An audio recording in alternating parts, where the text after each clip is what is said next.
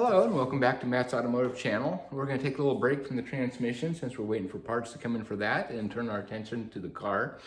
We'll probably start with the rear main seal, and then after that start working on the brakes. All right, turn our attention to the rear main seal. I went ahead and ordered a rear main seal. I thought I was originally going to get one locally and put that in today, but too big of a price difference. Got a much better deal online. So anyway, we're in a holding pattern for that. And so I guess we'll go ahead and turn our attention to the brakes. And it's still continuing to leak, and that's without use.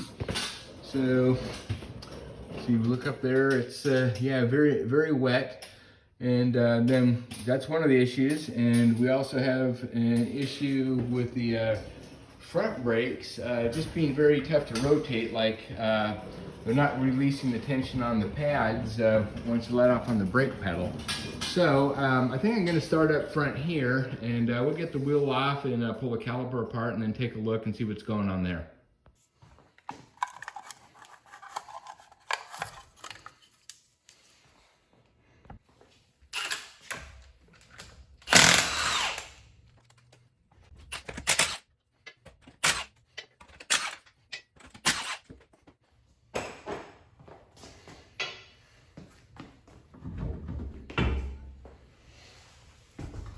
All right, let's go ahead and start by taking off these two 12mm caliper bolts.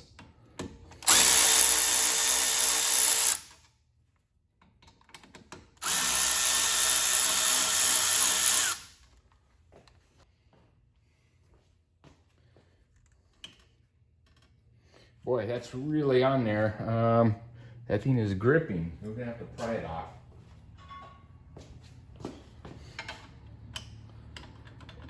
Wow. I can't believe how much it's gripping. There we go.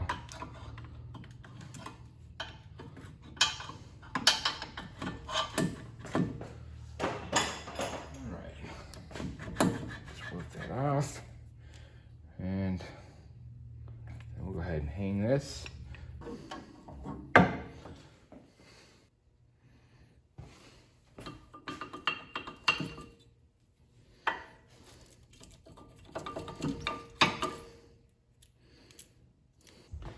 Remove some of this brake hardware.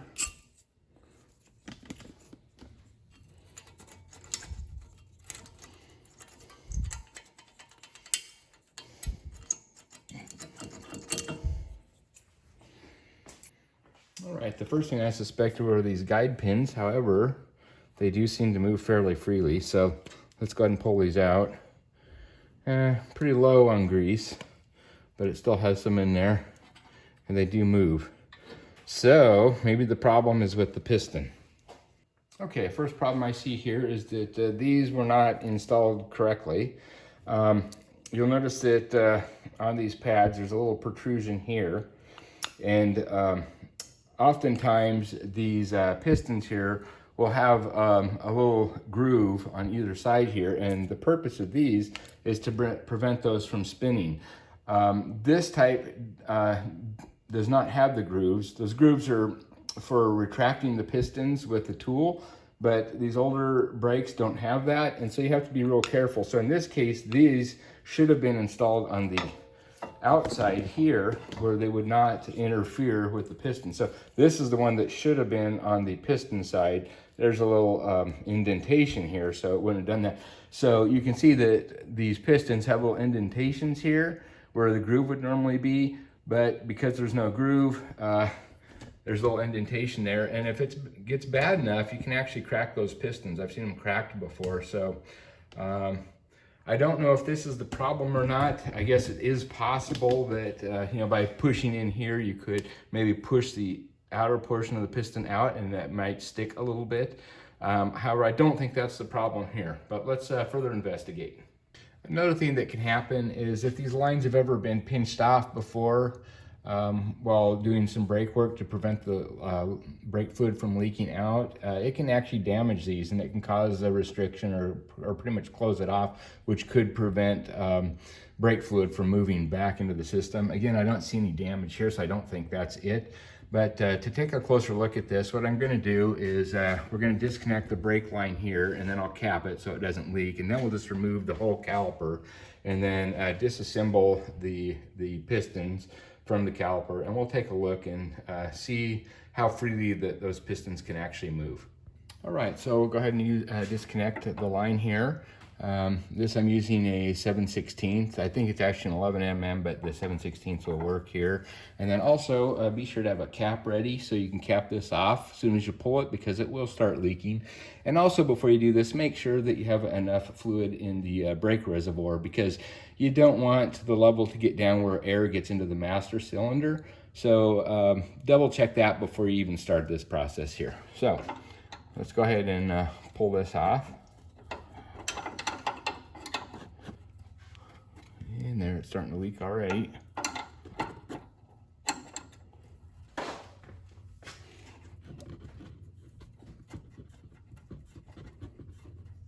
If you just wiggle it around, keep twisting, it comes out pretty easy. There we go. And put a finger over it, then we'll cap it.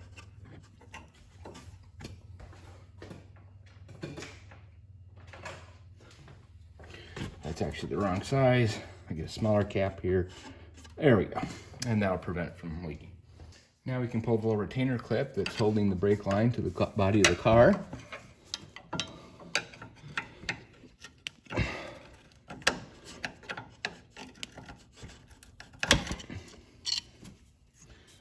There we go. Now we can just go ahead and remove the caliper. There we go. All right, so we got it set up here on the table. So when we compress the pistons, the fluid will go into this bucket and we'll capture that. So let's see how easy those pistons retract. So I got a little ratcheting tool here. Let's take out the remainder of the brake hardware, this thing. And we'll slide that in there. And we'll start ratcheting it. And you can see as we do it, we're going to pump the fluid out of the caliper here. And it actually moves fairly easy.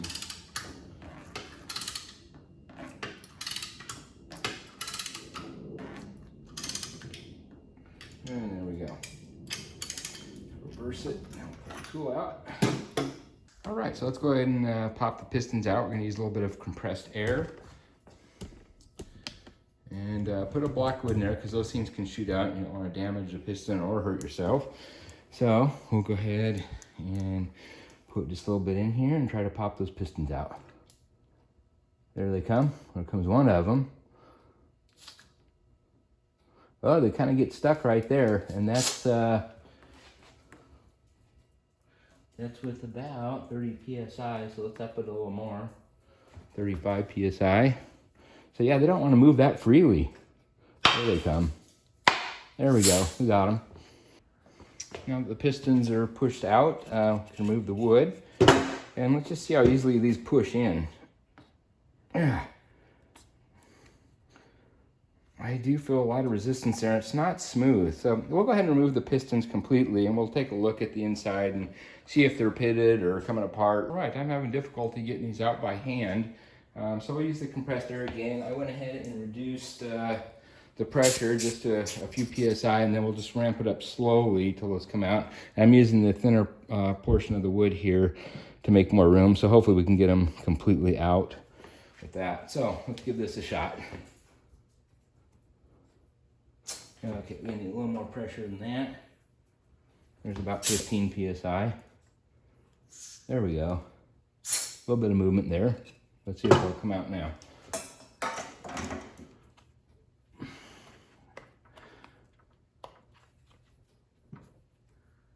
Nope, let's keep going. We have a little more pressure. Go up to about 28. There we go.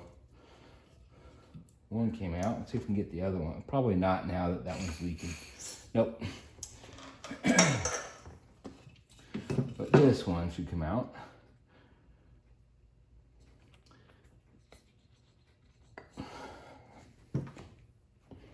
What's this?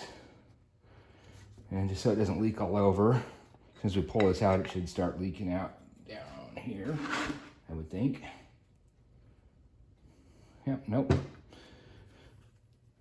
This one is really stuck in there. These do not move too freely. And then, wow, that looks really dry.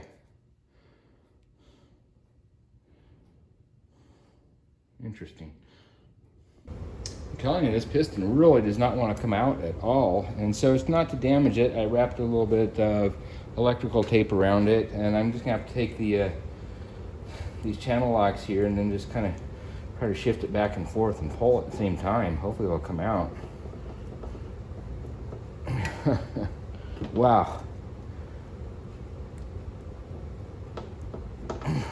That is really in there.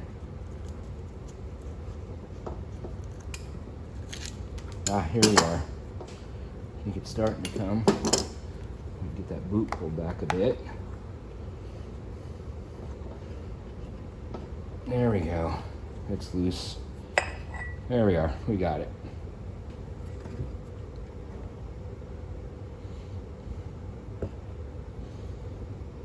Now with both pistons out, we can go ahead and remove these dust boots.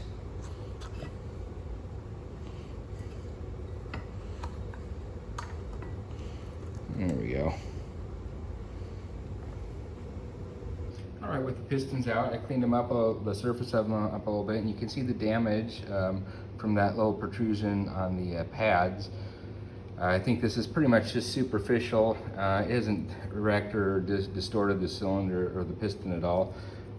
So we can probably reuse these. I don't think that's going to be an issue.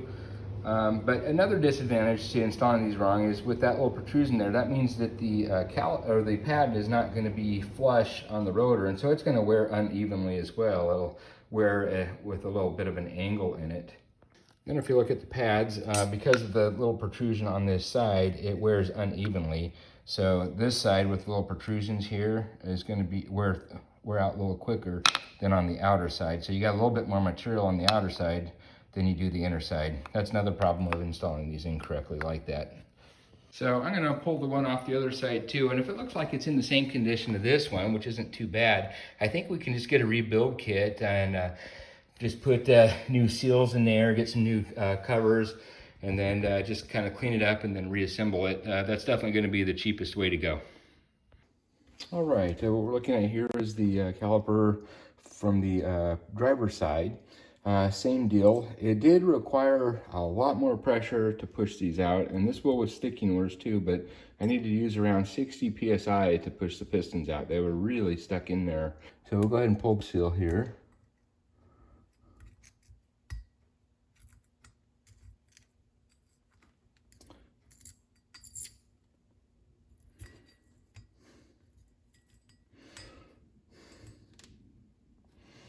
Okay, also by the way, these also had superficial damage too from the pad being installed incorrectly.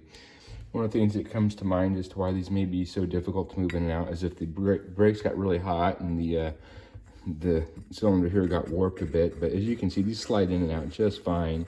There's no issue there. So it's definitely, all the resistance is against this seal here. Evidently, these seals, as they age, they become hard and they lose their ability to function properly. And these seals are actually very important. They serve several different functions. Not only do they seal the brake fluid, they also act as a return spring for the piston.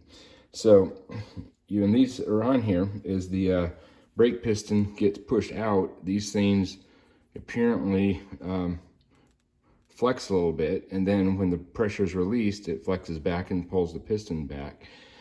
So anyway, supposedly when these things get old, they become hard and they lose their ability to do that. And I think that's what we're looking at here as to why these pistons don't retract at all and stay out and then keep the brakes clamped onto the rotor.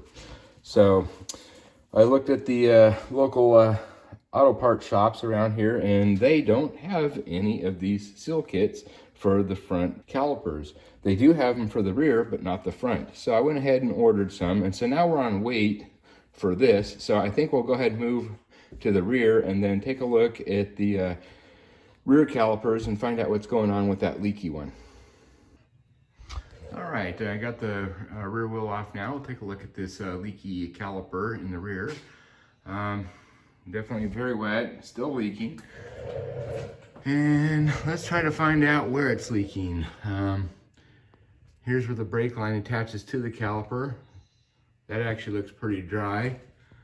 But if we look under here, I see a drip right there. So it looks like it may be coming from the piston. So anyway, let's get this off and take a look. Since we're going to be pulling the caliper, let's go ahead and get this e-brake cable off. We should be able to just pull this out a bit. And the e-brake is off on the inside.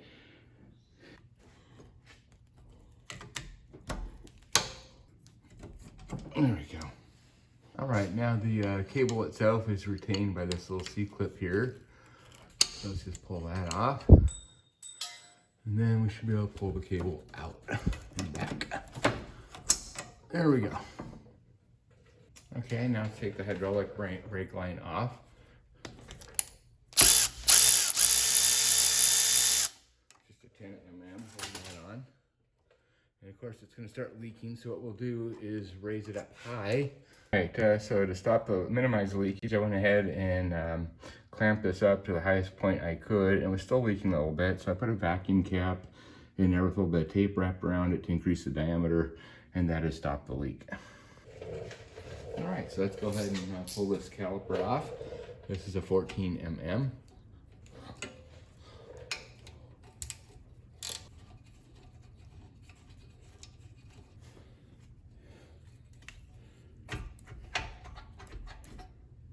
And there we go.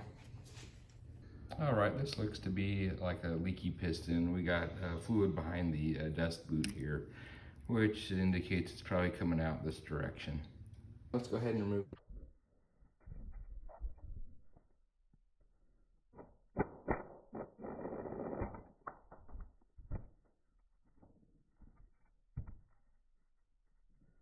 With the spring out, we can go now ahead and move this lever back and forth, and it should keep winding this piston out. So let's try this.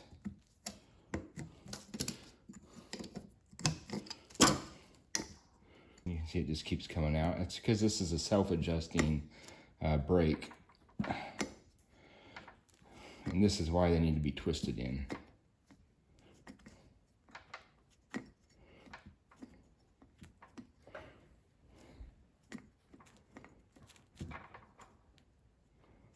Okay, I think we're probably about there. So let's go ahead and pull this boot back. There we go. And almost there. There we are. And the piston's out. And let's go ahead and remove this dust boot. And then we can remove the brake hardware.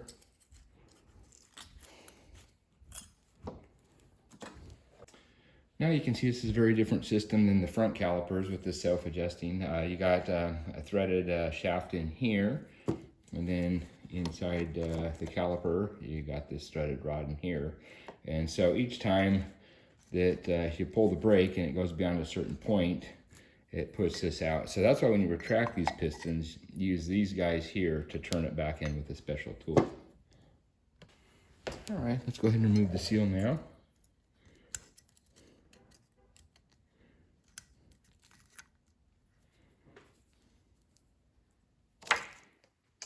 All right, I went ahead and hit this with a brake clean and cleaned it up a little bit. Normally you wouldn't want to do that when there's still seals and whatnot on the caliper, but since we're replacing all, it doesn't really matter. I think this is where the leak was. You'll notice that this piston here has a little hole in it, and I believe that's to relieve pressure when you put this plunger in. It's got an O-ring it seals, and so in order for it not to build pressure and push back out, I believe they have this little vent here. And so I think what happened was that the O-ring inside here was compromised and then started to leak out here. So let's pull this assembly apart and take a closer look at it. All right, if you take a look inside, you'll see that there's a little snap ring there. So we'll just pull that and then remove the contents. I went ahead and bought this type of snap ring plier because some of the snap rings that we need to get to are kind of deep, and the conventional type don't get in there as well. So I highly recommend, if you're going to do this, get these type of snap ring pliers. All right, so let's go ahead and remove that snap ring.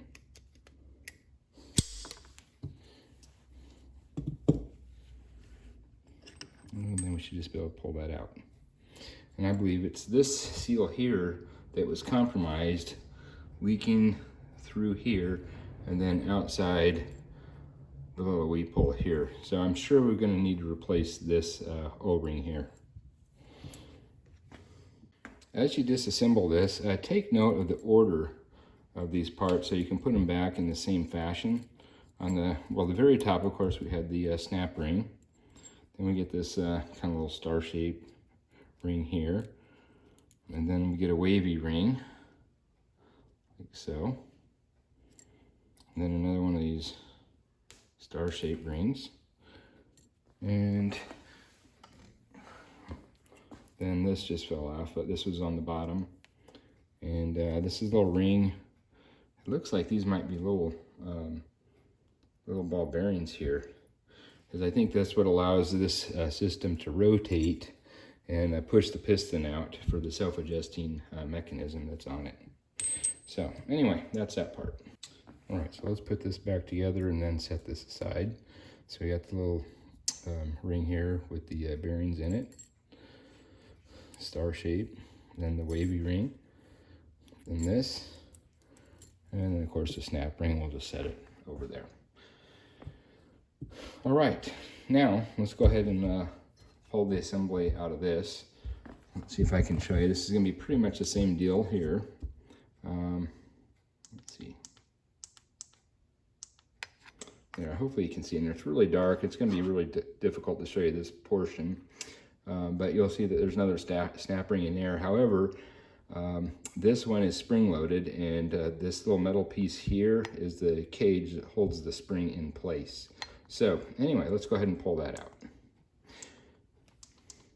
And by the way, at the end of this rod here is a little pin that actually holds this assembly. And you can see that it's spring-loaded. And you can see that little shaft come out. So anyway, it's that spring that's in there. It's keeping that tension on it. So there's actually two springs on this. You got that one, and then of course the secondary coil one that we pulled off earlier here on the side. This sort of work can be difficult if you're not in a really well-lit area. And I found it best to get one of these type lights, 90-degree angle, turn it on, and then just stick it to the caliper. And then it's always shining down in there, making it nice and bright. So let's go ahead and pull that snap ring.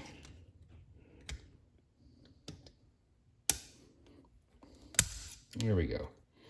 There's the cage and the snap ring. Pull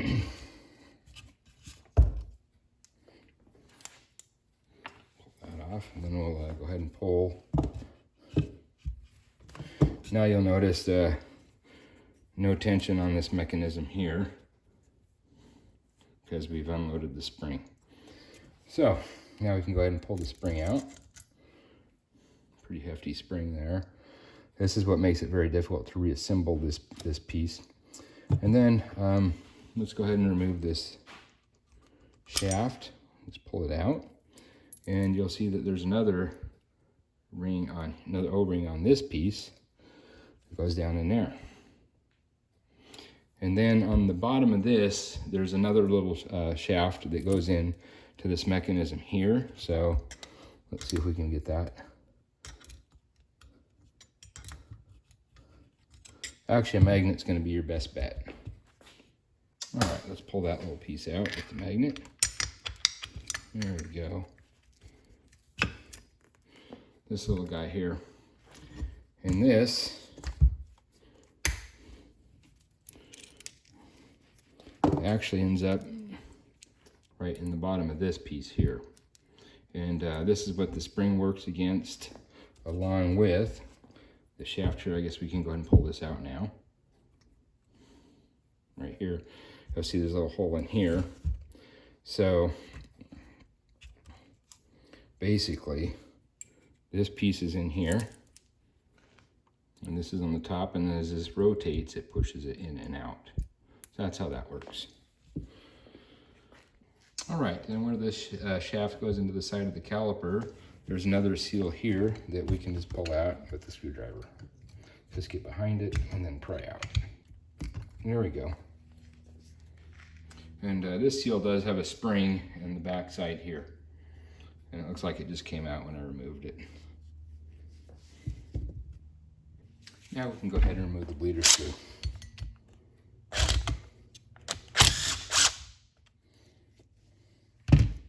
All right, now we'll go ahead and try to clean up the caliper a little bit. I've heard good stuff about this vapor rust, so I got a little tray here full of it, and we'll just go ahead and set the caliper in there and see if that takes care of any of our rust here. We'll let it sit there for a while. So I think I told you earlier that I couldn't find any of the seal kits for the front brakes locally, but I could find them for the rear. Well, I ended up getting a rear seal kit, and it didn't have all the seals necessary to completely rebuild this caliper. So I took those back, and then I ended up ordering them online, which means we're going to have to wait for those to come in now, so we're in a holding pattern again. Well, one thing I just noticed here, this is not good. This is bent, and it's not supposed to be bent. I'll get the one out of the other side and show you what it's supposed to look like, but this one may have been compromised. All right, so I just pulled apart the other side, and this is what this washer should look like. Should be nice and flat, whereas this one is bent pretty good. Hopefully we can straighten that out. And I think we might be screwed on this deal here. Not only is this washer bent, this little protrusion on this side here has been flared out a bit. If you look on the good one, nice and round and small. And this little protrusion here is to go into, let's see if I can light it up here well enough so you can see. If you look down here in the hole there, you'll see that little, let's see if I can get that focus here. There's a little hole there. That's what this little portion of the washer has to fit into. Otherwise, it's not going to fit nice and flat and flush. So we may end up having to buy a new remanufactured caliper and may not be able to rebuild this one unless I can just somehow get this one particular part, which I highly doubt. So anyway, this video is going to take a little longer than I thought, so I think I'm going to break this up into 2 parts and call this one quits for now. So anyway, I'll see you on the next one. Bye-bye.